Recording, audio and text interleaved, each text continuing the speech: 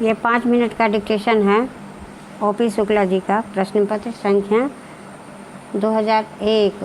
Ready start.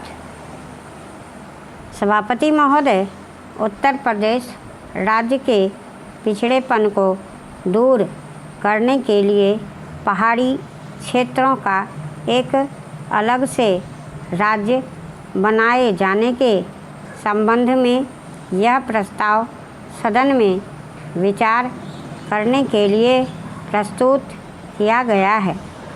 स्वतंत्रता प्राप्ति के 50 वर्षों के बाद भी उत्तर प्रदेश के पहाड़ी क्षेत्रों का जो विकास हुआ है वह अन्य क्षेत्रों की तुलना में बहुत ही कम है।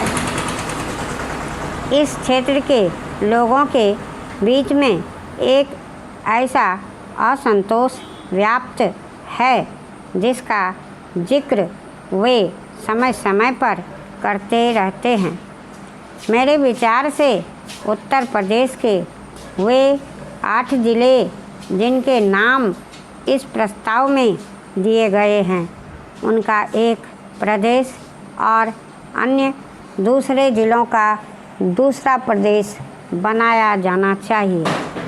आज़ादी के इतने वर्षों के बाद भी यहाँ के निवासियों को शिक्षा की सुविधा नहीं है। चिकित्सा तथा अन्य सुविधाएं भी प्राप्त नहीं हैं। आज भी इस क्षेत्र के अनेक लोगों ने रेलगाड़ी को नहीं देखा है। यहाँ ऐसे भी स्थान हैं जहाँ पहुँचने में 1-2 महीने का समय लग जाता है। इसका कारण यह है कि वहाँ आने जाने की सुविधा नहीं है। यहाँ के लोगों के लिए पीने के पानी की भी सुविधा नहीं है। यदि हम उत्तर प्रदेश की जनसंख्या और इसके विस्तृत क्षेत्रफल को देखें तो लगभग 15 करोड़ की जनसंख्या वाला यह प्रदेश अपने देश की सबसे बड़ी जनसंख्या वाला प्रदेश है। ऐसा पिछले अनुभवों के आधार पर सिद्ध हो चुका है कि इतनी बड़ी जनसंख्या एक राज्य की होने के कारण से वहाँ के क्षेत्र के लोगों का समान रूप से विकास नहीं हो सका है। यदि हम न्यायपूर्ण ढंग से भी राज्य में विकास के काम करें तो प्रत्येक क्षेत्र के साथ न्याय नहीं हो सकता है। मंत्री महोदय इस बात को स्वीकार करेंगे कि विश्व में ऐसे भी देश हैं जिनकी जनसंख्या उत्तर प्रदेश राज्य की जनसंख्या से बहुत कम है। महोदय, इस क्षेत्र के लोग भोले भाले हैं और राष्ट्र भक्ति के प्रेम से बंधे हुए हैं।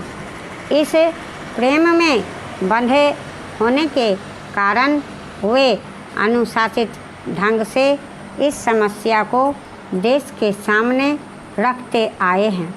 हमारे प्रथम प्रधानमंत्री जी के नेतृत्व में इससे संबंधित एक समिति का गठन भी किया गया था और उस समिति ने भी उस समय यह सिफारिश की थी कि इस राज्य को 2 भागों में विभाजित कर दिया जाना चाहिए। मैं इस बात को बड़े गर्व के साथ कह सकता हूँ कि जहाँ अन्य प्रदेशों ने अपनी समस्याओं के समाधान के लिए हिंसा का सहारा लिया, सरकार के कामकाज में बाधा डाली, वहीं इस पर्वतीय क्षेत्र की जनता ने अनुशासन में रहते हुए देशभक्ति का परिचय देते हुए और अपनी बात को अनुशासन में रहकर इस देश की सरकार के सामने रखा है। मैं आपके माध्यम से सरकार से पूछना चाहता हूँ कि यदि इस पर्वतीय क्षेत्र का विकास पूर्ण रूप से नहीं होता है तो क्या इसकी जिम्मेदारी केंद्र सरकार के ऊपर नहीं आती है?